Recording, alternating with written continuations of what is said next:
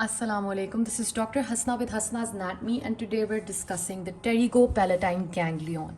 A very complex topic, therefore, I have decided to use a scheme so that it becomes somewhat simpler. So, guys, do not forget to subscribe to my channel. And now let's get started with the Pterygopalatine Ganglion. So, guys, I'm going to give you a general rule. Whenever you want to supply any gland, you can never supply that gland without a ganglion. So you can take it this way, that if you ever want to get to somewhere from your home, suppose whenever you want to go to any park in your city, you can only get to those parks via a train, and for the train you have to go through the train station, obviously.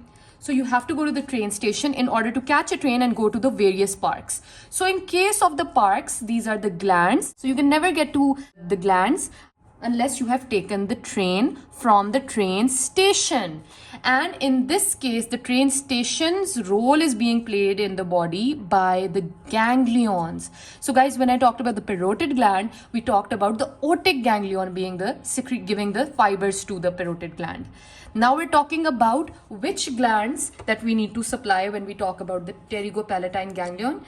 You know those glands that make you allergic, that the moment the dust comes or a cat comes, in those cases, how do your eyes get watery? How does your nose start running? How do you start sneezing? And that role is played by the Pterygopalatine ganglion. So whenever someone says which ganglion is for sneezing, we know it's the Pterygopalatine ganglion. Which ganglion is the cause for the hay fever? It is the Pterygopalatine ganglion. And what is the nerve that is carrying afferent for the sneezing? It is the maxillary nerve. Obviously, the only nerve that was close by to the Pterygopalatine ganglion line, just superior to it, is the maxillary nerve. So it is going to play a great role in the Pterygopalatine ganglion. At least tropographically, it is going to play a great role. So guys, Pterygopalatine ganglion is chiefly going to supply these glands: the lacrimal gland that makes you cry or that makes you tear up, the mucus glands of the nose, the sinuses like the maxillary sinus, and all those sinuses which, when they get full of secretions, they cause you to get very congested and you sneeze and you get really sick. Those mucus glands, the palate, and the pharynx. You get irritation in your pharynx and your palate as well when you are having flu. So that means all of these glands are linked to each other. Something is common between these glands, that whenever I am being exposed to dust, I start tearing up. But I don't just tear up, I have this irritation in my palate, I have this irritation in my pharynx, I start to sneeze. Why is everything linked? Because there is one ganglion responsible for giving secretomotor fibers to all of these glands, and this is the Pterygopalatine ganglion, a very important ganglion. So that was the concept of it. Now we need to talk about the anatomy of the Pterygopalatine ganglion. It is kept in the Pterygopalatine fossa, just below the maxillary nerve. And we need to talk about the roots of this ganglion, like where is it getting all the fibers to distribute those branches to these areas. That is what we need to discuss. So firstly, I want you to remember it is chiefly a parasympathetic ganglion. Why?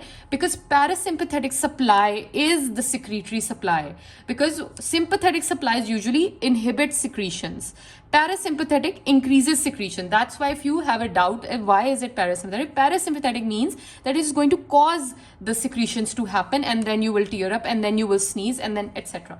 So it obviously, with every ganglion comes its three roots. First is the parasympathetic root, then is the sympathetic root is also necessary. Every organ has a sympathetic and sensory supply.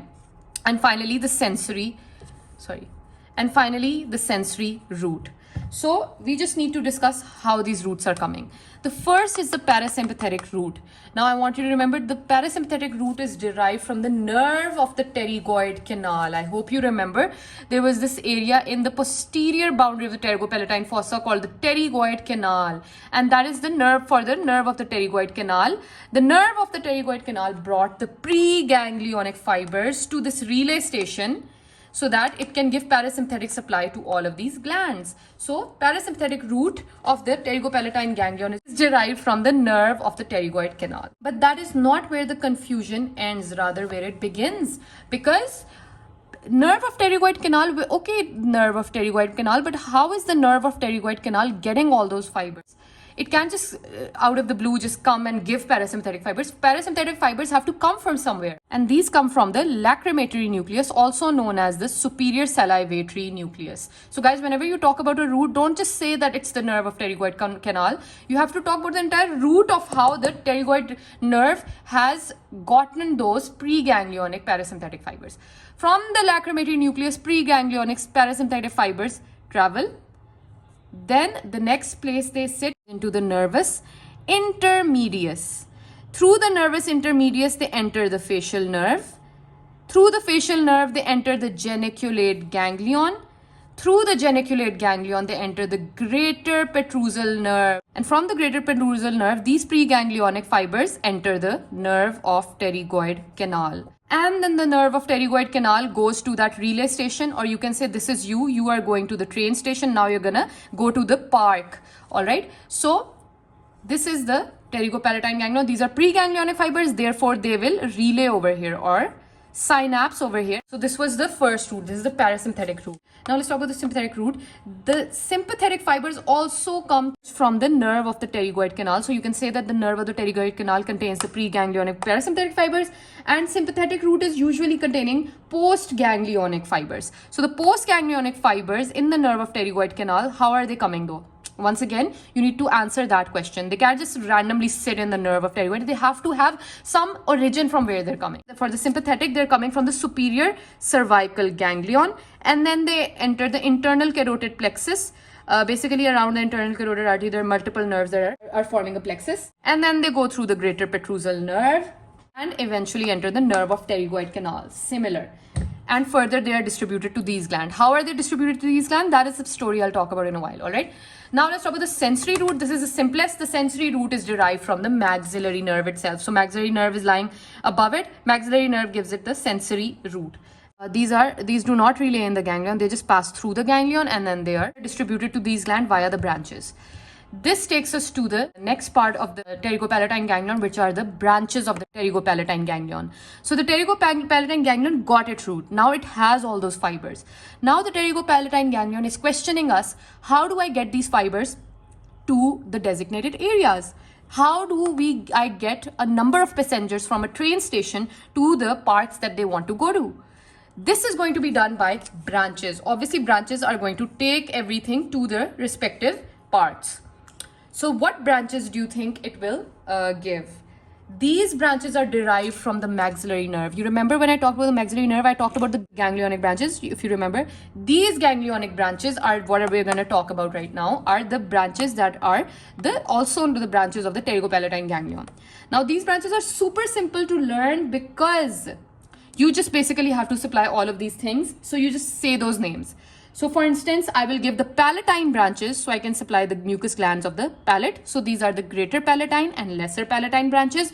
How will they travel outside? How will they get to the palate? We've already talked about the communications of the pterygopalatine fossa through the greater and lesser palatine canal. So that was the whole point of these communications. So these pterygopalatine ganglion can deliver its branches everywhere.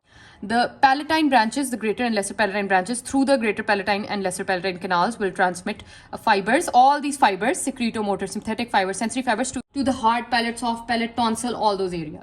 Okay, the next branches are the nasal branches, obviously because we have to supply the nose as well. These are the lateral posterior superior nasal branches and medial posterior superior nasal branches.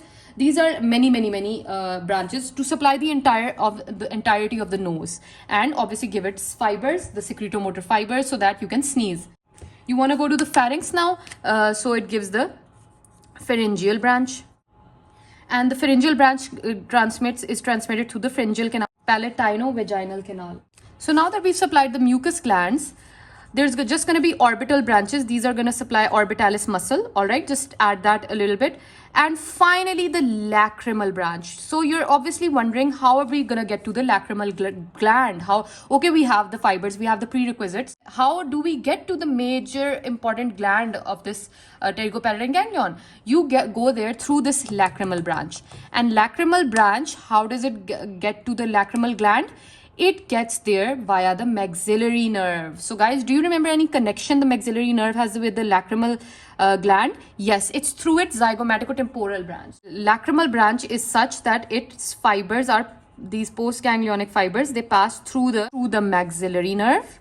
And from the maxillary nerve, it's a zygomatic branch, then it's zygomaticotemporal branch, and the zygomaticotemporal branch communicates with the lacrimal nerves, right? So once the communication is given to the lacrimal nerve, this lacrimal nerve now is close to the lacrimal gland, so it does the duty of supplying the lacrimal gland. And now our entire mission is complete, successful.